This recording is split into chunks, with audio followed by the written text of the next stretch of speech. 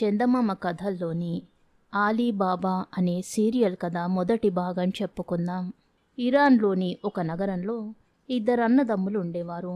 ఒకడి పేరు కాసిం, రెండో వాడి పేరు ఆలీబాబా. వారికి తండ్రి కొద్దిపాటి ఆస్తిని సమంగా పంచిపోయాడు. కాసిం ధనవంతుల పిల్లను పెళ్లాడి వర్తకం చేసి తాను కూడా ధనికుడయ్యాడు. ఆలీబాబా పేద ఇంటి పిల్లను పెళ్లాడి కట్టెలమ్ముకొని జీవించసాగాడు. అతను రోజు అడవికి వెళ్ళి కట్టెలు కొట్టి వాటిని తన 3 గాడిదలపైన వేసి పట్టణానికి పోయి అక్కడ అమ్మేవాడు. ఒకనాడు ఆలీబాబా అడవిలో కట్టెలు కొట్టే సమయంలో అతనికి దూరాన దుమ్ము రేగడం కనిపించింది. ఆ దుమ్ము అంతకంతకు దగ్గరకు రాసాగింది. అతను మరికొంచెం పరిశీలనగా చూసి కొంతమంది మనుషులు గుర్రాలెక్కి వస్తున్నట్టు గ్రహించాడు. వారు దొంగలై ఉండవచ్చునని అతనికి తోచింది. తన గాడిదలు ఏమైనప్పటికీ తన ప్రాణం దక్కించుకుందామనుకుని ఎత్తుగా గుట్ట మీద ఉన్న పెద్ద చెట్టెక్కి దట్టంగా ఆకులు గల కొమ్మల మధ్య దాగి తాను ఎవరికీ కనబడకుండా కింద నడిచేదంతా గమనించసాగాడు. త్వరలోనే అశ్వికులు అదే గుట్టను చేరుకుని గుర్రాలు దిగారు. వారు 40 మంది ఉన్నారు.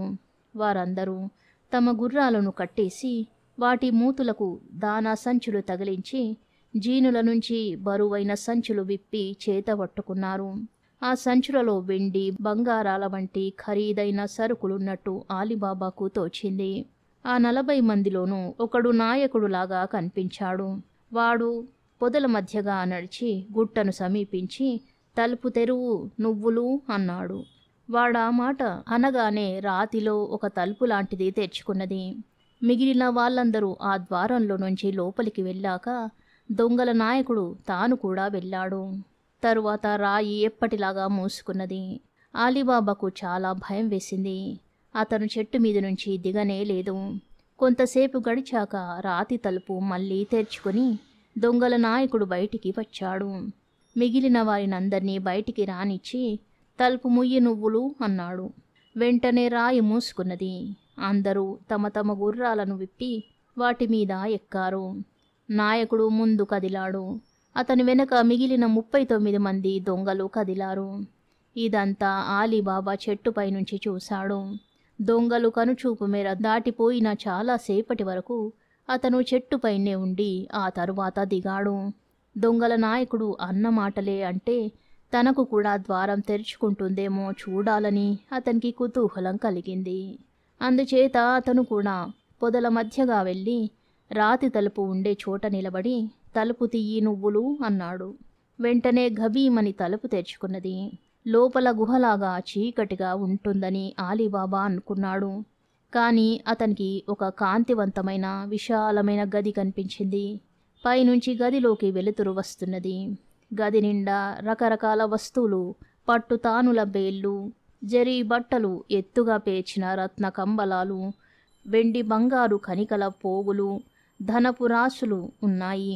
ఇదంతా చూసి ఎన్ని తరాలుగానో దొంగలు ఇక్కడ ఉంటూ ఉండవచ్చునని ఆలీబాబా తెలుసుకున్నాడు.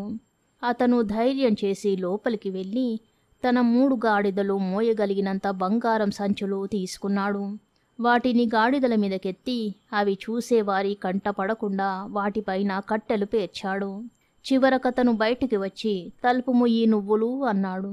వెంటనే తలుపు మూసుకున్నది. ఆలీబాబా తన గాడిదలను తోలుకొని నేరుగా ఇంటికి వెళ్ళాడు. గాడిదలను దొడ్లోకి తోలి తల వాకిలి తలుపు గడియ పెట్టి కట్టెలు తీసేసి సంచులను ఇంట్లోకి తీసుకుపోయి వాటిని భార్య ఎదుట బారుగా పెట్టాడు. అతను ఆ సంచులలోని బంగారాన్ని కుమ్మరించేసరికి అతని భార్య కళ్ళు చెదిరిపోయాయి. అతను ఆమెతో జరిగినదంతా చెప్పి ఈ విషయం పొరుగుకైనా తెలియనీయవద్దని హెచ్చరించాడు. అతని భార్య ఆనందానికి మేరలేదు. భర్త తెచ్చిన బంగారు నాణాలన్నీ లెక్క పెడదామని ఆమె అన్నది. ఓసి పిచ్చిదానా, వీటిని లెక్కించడానికి నీ ఆయువు చాలదు. మనకా వ్యవధి లేదు. వీటిని భద్రంగా ఎక్కడైనా పాతిపెట్టాలి అన్నాడు. నువ్వు చెప్పినది నిజమే, కానీ కాస్త అటు ఇటుగా ఎంత బంగారం ఉన్నదో తెలియాలి. కనీసం దీన్ని కొలత వేద్దాం. నువ్వు గుంట తవ్వేలోగా నేను ఒక సోల తెస్తాను అన్నది భార్య. ఆమె తన బావగారైన కాసిం ఇంటికి వెళ్ళి తన తోడికోడలతో ఒక సోల ఉంటే ఇస్తావా? ఇప్పుడే తెచ్చి ఇస్తాను అన్నది. కాసిం భార్య సరేనన్నది. తన మరిది ఇంట్లో ఏం ధాన్యం వండుకుంటున్నారో తెలుసుకునే ఉద్దేశంతో ఆమె సోల లోపల అడుగున గోందు అంటించి సోల తెచ్చి తన తోటి కోడలికిచ్చింది. ఆలీబాబా భార్య ఇంటికి వచ్చి తన భర్త తెచ్చిన బంగారం ఎన్ని సోలలున్నది లెక్క చూసి తరువాత తన భర్త వద్దకు వెళ్ళి గుంట తవ్వడం అయ్యిందా అన్నది. ఆలీబాబా గుంట తవ్వడం ముగించాడు. భార్యాభర్తలిద్దరూ కలిసి బంగారాన్ని ఆ గుంటలో పెట్టి పూడ్చారు. తరువాత ఆలీబాబా భార్య అన్న మాట ప్రకారం సోలను తీసుకుపోయి తన తోడి కోడలికిచ్చేసింది. ఆ సోల అడుగున ఒక బంగారు నాణెం అంటుకున్న సంగతి ఆమె గమనించనే లేదు. పని కాగానే నీ సోల తెచ్చి నీకిచ్చానమ్మోయ్ అని హెచ్చరించి ఆమె తన తోటి కోడల వద్ద సెలవు తీసుకుని ఇంటికి వెళ్ళిపోయింది. కాసిం భార్య సోల లోపల చూసేసరికి బంగారు నాణెం కనిపించింది. ఆమె ఒక్క క్షణం పాటు దిమ్మరపోయి ఏమిటి, ఆలీబాబా బంగారాన్ని సోలలతో కొలిచేటంత భాగ్యవంతుడైనాడా? ఇంత సిరి ఇంత అకస్మాత్తుగా ఎట్లా ఎత్తుకున్నదబ్బా అనుకున్నదావిడ అసూయతో నిలువునా దహించుకుపోతూ. ఇదంతా జరిగే సమయానికి కాసిం తన దుకాణం నుంచి ఇంకా తిరిగి రాలేదు. కానీ ఆయన రాగానే ఆయన భార్య, నువ్వు చాలా ధనికున్నని అనుకుంటున్నావు కామాలు. నీ తమ్ముడు అలీబాబా నీకన్నా 1000 రెట్లు ధనికుడు. ఆ సంగతి తెలుసుకో. అతని దగ్గర ఎంత బంగారం ఉన్నదంటే దాన్ని లెక్క పెట్టడానికి సాధ్యం కాక సోలలతో కొలిచి చూసుకుంటున్నాడు. ఏమనుకున్నావో అన్నది. ఏమిటి నువ్వనేది? నాకేమీ అర్థం కావడం లేదు అన్నాడు కాసిం. అప్పుడు ఆయన భార్య జరిగినదంతా చెప్పి తాను అరువిచ్చిన సోల అడుగున అంటుకున్న బంగారు నాణెం తీసి చూపింది. అది అతి ప్రాచీనమైన నాణెం. ఏ రాజు కాలంలో ముద్ర వేసినదో కూడా కాసిం ఎంత పరీక్షించినా తెలుసుకోలేకపోయాడు. కాసిం డబ్బు గల వితంతువును పెళ్లాడిన నాటి నుంచి తన తమ్ముణ్ణి పరాయి వాడల్లేనే చూస్తూ వచ్చాడు. ఇంతకాలానికి ఆలీబాబా ధనం సంపాదించుకుంటే కాసిం సంతోషించడానికి బదులుగా అసూయతో కుంగిపోయాడు. ఆ రాత్రల్లా ఆయనకు నిద్ర పట్టలేదు. మర్నాడు తెల్లవారుతూనే ఆలీబాబా ఇంటికి వెళ్ళి, ఆలీబాబా, నీ ధోరణి నాకేమీ నచ్చలేదు. నువ్వు ఒక వంక అతి పేదవాడిలాగా బతుకుతూ చాటుగా బంగారం కొలుస్తున్నావట. నిన్న నీ భార్యకు నా భార్య అరువిచ్చిన సోల అడుగున ఈ బంగారు నాణెం అంటుకున్నది అన్నాడు. ఈ మాటలు వినగానే ఆలీబాబా కుంగిపోయాడు. తాను ఏదైతే పరమరహస్యంగా ఉంచుదామనుకున్నాడో అది కాస్త తన భార్య చేసిన పొరపాటు వల్ల తన అన్నకు వదినకు తెలిసిపోయింది.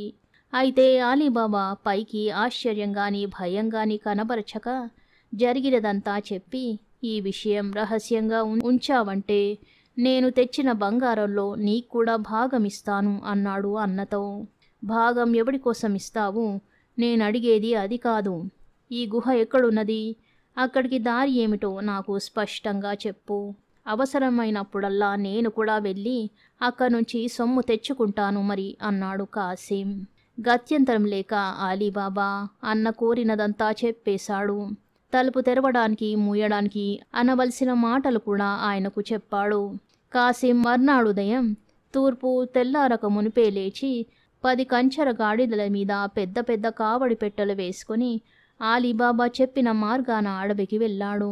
ఆలీబాబా ఎక్కిన చెట్టు పొదలు గుట్ట అన్నీ ఆయన పోల్చుకుని రాతి ద్వారం చేరుకున్నాడు. తలుపు తెరువు నువ్వులు అనగానే ద్వారం తెరుచుకున్నది. కాసిం లోపలికి వెళ్ళగానే తలుపు మూసుకున్నది. లోపల ఉండే ధనరాశులు చూసి కాసిం తన్మయుడైపోయాడు. ఆలీబాబా చెప్పిన మాటలను బట్టి ఆయన ఇంత ధనం ఉంటుందనుకోలేదు. ఆయన మనసు పూర్తిగా డబ్బు మీదనే లగ్నమైంది. ఆయన తాను తీసుకోబోదల్చిన సంచులన్నీ తెచ్చి వాకిలి దగ్గర పేర్చి పెట్టాడు. అయితే ఈ ధనమంతా తన ఇంటికి చేర్చడంలో తన్మయత్వం చెందిన కాసిం తలుపు తెరిచే మంత్రం కాస్త మర్చిపోయి తలుపు తెరువు నువ్వులు అనడానికి మారుగా తలుపు తెరువు మెంతులు అన్నాడు. తలుపు తెరుచుకోలేదు. కాసిం దిగ్భ్రమ చెందాడు. కంగారులో అతను మిరియాలను ధనియాలను ఇంకేవేవో ధాన్యాలను జ్ఞాపకం తెచ్చుకున్నాడు గాని వాటి వల్ల కాస్తైనా ప్రయోజనం లేకపోయింది. వ్యవహారం ఇలా విషమిస్తుందని కాసిం కలలో కూడా అనుకోలేదు. తాను ప్రమాదంలో చిక్కుకున్నట్టు ఆయనకు అర్థమైంది. తాను పేర్చిపెట్టిన సంచులను కాలితో తన్ని అటూ ఇటూ పచార్లు చెయ్యసాగాడు. ఇప్పుడు ఆయనకు ఆ గదిలో ఉన్న అంత గొప్ప సంపద ఏమాత్రమూ ఆకర్షవంతంగా కనబడలేదు. మిట్ట మధ్యాహ్నం వేళ దొంగలు అక్కడికి వచ్చారు. దూరాన ఉండగానే వారికి గుట్ట వద్ద కాసిం తెచ్చిన కంచెరగాడిదలు కనిపించాయి. వాటి మీద ఉన్న కావడి పెట్టెలను కూడా దొంగలు చూశారు. ఇది చూడగానే వారికి కంగారు పుట్టింది. వారు తమ గుర్రాలను మరింత వేగంగా తోలి గుట్టను చేరుకున్నారు. వారు కంచెరగాడిదలను అడవిలోకి తరిమేసి కత్తులు దూసి మంత్రం చదివి తలుపు తెరిచి లోపలికి వెళ్లారు. ఈ లోపుగా కాసిం గుర్రాల డెక్కల చప్పుడు విని దొంగలు వచ్చినట్టు గ్రహించాడు. ఆయన బయటికి పారిపోవడానికి సిద్ధంగా ఉండి తలుపు తెరుచుకోగానే పరిగెత్తుతూ వచ్చి దొంగల నాయకుడిని ఒక్క తోపుతో కింద పడేశాడు. అయితే మిగిలిన దొంగలు ఆయనను పట్టుకుని కత్తులతో పొడిచి చంపేశారు. తరువాత వారు తమ గుహ అంతా పరీక్షించి చూసుకున్నారు. కాసిం వాకిలి దగ్గర పెట్టిన సంచులను వారు యథాస్థానంలో పెట్టేశారు. ఆలీబాబా తీసుకుపోయిన బంగారం ఆచూకీ కూడా వారికి తెలిసింది. కాసిం లోపలికి ఎలా రాగలిగాడో, తమకు తెలిసిన మంత్రం పై వాళ్లకు ఎలా తెలిసిందో వారు ఊహించలేకపోయారు. ఈ మంత్రం తెలిసిన వారు ఇంకెవరైనా ఉంటే వాళ్ళని హడలగొట్టేటందుకుగాను దొంగలు కాసిం శరీరాన్ని 4 ముక్కలుగా నరికి గుహలోపల ద్వారానికి 2 వైపులా 2 ముక్కలు వేళ్లాడగట్టారు. తరువాత వారు మళ్ళీ తలుపు యథాప్రకారం మూసి తమ గుర్రాలెక్కి దార్లు కాయడానికి బిడార్లను దోయడానికి బయలుదేరి వెళ్లారు. రాత్రి అయ్యింది. కాసిం ఇంటికి తిరిగి రాలేదు. ఆయన భార్య ఆందోళన పడుతూ ఆలీబాబా ఇంటికి వెళ్ళి, మరిది, మీ అన్నయ్య అడవికి ఎందుకై వెళ్లారో నీకు తెలిసే ఉంటుంది. చీకటి పడింది. ఇంతవరకు ఆయన తిరిగి రాలేదు. ఆయనకు ఏం ఆపద కలిగిందో అని నాకు భయంగా ఉన్నది అన్నది. ఇంత మాత్రానికే నువ్వు భయపడవలసిన అవసరం లేదు వదినా. ఊరు మాటు మనగక ముందు అన్నయ్య రాకపోవచ్చు అన్నాడు ఆలీబాబా. కాసిం వెళ్ళిన పని చాలా రహస్యమైనది గనక ఆలీబాబా చెప్పిన మాటలు కాసిం భార్యకు సబబుగానే తోచాయి. ఆవిడ ఇంటికి తిరిగి వెళ్ళి అర్ధరాత్రి దాకా ఓర్పుగా వేచి ఉన్నది. కానీ ఆ తరువాత ఆవిడ అనుమానాలు రెట్టింపు కాసాగాయి. పైకి ఏడవడానికి కూడా వీలు లేకపోవడం చేత భర్త కోసం లోపల కుళ్ళి ఏడవసాగింది. తన మరిది వ్యవహారాల్లో జోక్యం కలిగించుకున్నందుకు ఆవిడ తనను తాను తిట్టుకున్నది. ఆవిడ తెల్లవార్లు ఏడ్చి వాచిపోయిన కళ్ళతో ఆలీబాబా ఇంటికి వెళ్ళింది. ఆవిడను చూడగానే ఆవిడ రాకకు కారణమేమిటో ఆలీబాబాకు తెలిసిపోయింది. తన అన్నకు ఏదో ప్రమాదం జరిగి ఉంటుందని అతడికి భయం కలిగింది. ఆవిడ అడగకముందే ఆలీబాబా తన 3 గాడిదలను సిద్ధం చేసుకుని అడవికి బయలుదేరాడు. వెళ్ళేటప్పుడు అతను తన వదిన గారిని ధైర్యంగా ఉండమని చెప్పాడు. దారిలో అతనికి అన్న జాడగాని ఆయన కంచెర గాడిదల జాడగాని తగలలేదు. దానికి తగ్గట్టుగా గుట్ట వద్ద నెత్తురు మరకలు కనిపించాయి. ఆలీబాబా గుండె జల్లుమన్నది. అయితే అతను మంత్రం చదివి లోపలికి అడుగుపెట్టి తన అన్న శవం తాలూకు ముక్కలను చూసేసరికి నిలువునా నీరైపోయాడు. తన అన్న తన పట్ల సోదర ప్రేమ చూపనప్పటికీ ఆలీబాబా ఆ అన్నకు సోదర విధి నిర్వర్తించ నిశ్చయించాడు. అతను తన అన్న శవాన్ని ఒక గాడిద మీద వేసి దాన్ని కట్టెలతో కప్పాడు. తరువాత మరికొన్ని బంగారు సంచులు తీసి మిగిలిన 2 గాడిదల మీద వేసి వాటిని కూడా కట్టెలతో కప్పి తలుపు ఎప్పటిలాగా మూసి ఇంటి దారి పట్టాడు.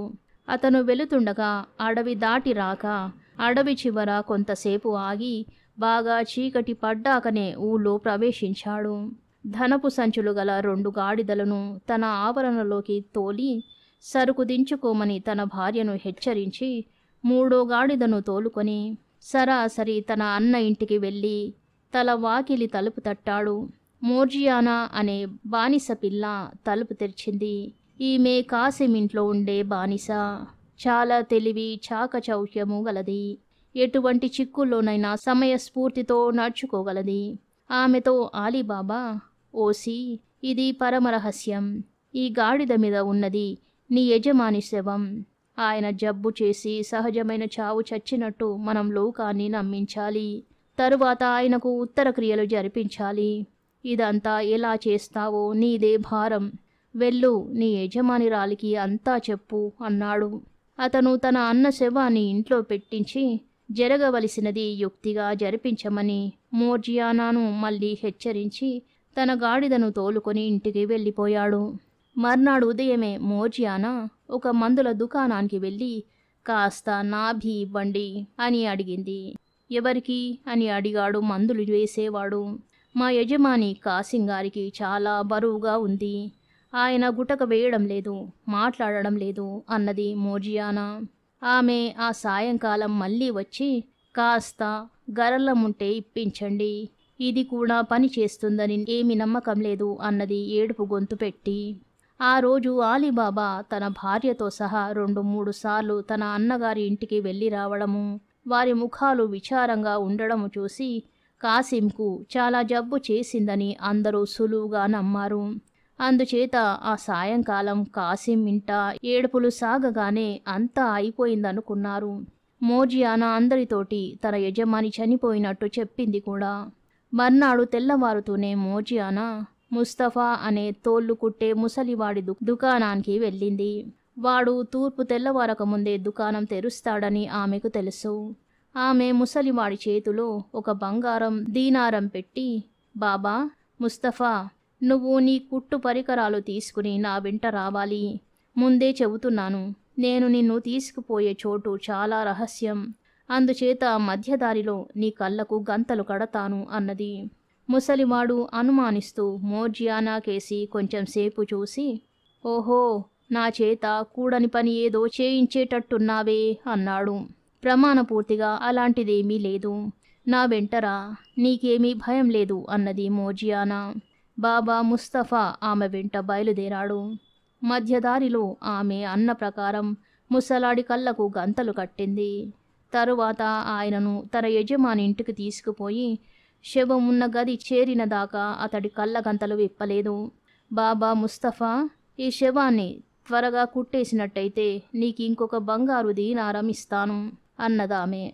ముస్తఫా గబగబా తన పని ముగించి 2వ దీనారం పుచ్చుకుని కళ్ళకు మళ్ళీ గంతలు కట్టించుకుని ఆమె వింటే బయలుదేరాడు. ఎక్కడైతే ముందు గంతలు కట్టిందో అక్కడికి రాగానే ఆమె ముసలాడి గంతలు విప్పేసి ఇంటికి వెళ్ళిపోమ్మన్నది. ముసలాడు తనను వెంబడించకుండా చూసుకుని ఆమె ఇంటికి తిరిగి వచ్చింది. ఇంటికి తిరిగి వస్తూనే మోర్జియానా తన యజమాని శరీరానికి స్నానం చేయించింది. ఆలీబాబా గుగ్గిలం పొగ వేశాడు. తరువాత శవానికి ఆచారం రీత్యా వెయ్యవలసిన దుస్తులు వేశాడు. త్వరలోనే మసీదు నుంచి ధర్మకర్తలు వచ్చారు. ఉత్తర క్రియలు జరిపించడానికి ఇమాం వచ్చాడు. ఇమాం మంత్రాలు చదువుతూ ముందు నడుస్తుంటే 4 గృహస్థులు శవాన్ని శ్మశానానికి మోసుకుపోయారు.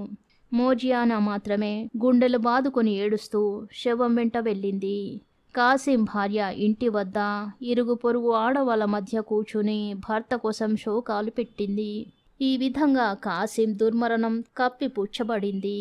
ఆయన చావు రహస్యం తెలిసినది ఆలీబాబాకు, మోర్జియానాకు, కాసిం భార్యకు మాత్రమే. ఉత్తర క్రియలు జరిగిన 3-4 రోజుల అనంతరం ఆలీబాబా తనకున్న కొద్ది సామానుతో సహా తన అన్నగారి ఇంటికి మారాడు. ఇక ముందు అతను అన్నగారి ఇంటనే ఉండేటట్టు ఏర్పాటు జరిగింది. తాను దొంగల గుహ నుంచి తెచ్చి పాతిపెట్టిన బంగారాన్ని మట్టుకు ఆలీబాబా రాత్రివేళ రహస్యంగా కొత్త ఇంటికి చేరవేశాడు. కాసిం చాలా కాలంగా నడుపుతూ వచ్చిన దుకాణాన్ని ఇప్పుడు ఆలీబాబా పెద్ద కొడుకు చూడసాగాడు. ఆలీబాబా సీరియల్ కథ 2వ భాగం రేపు చెప్పుకుందాం. ధన్యవాదాలు.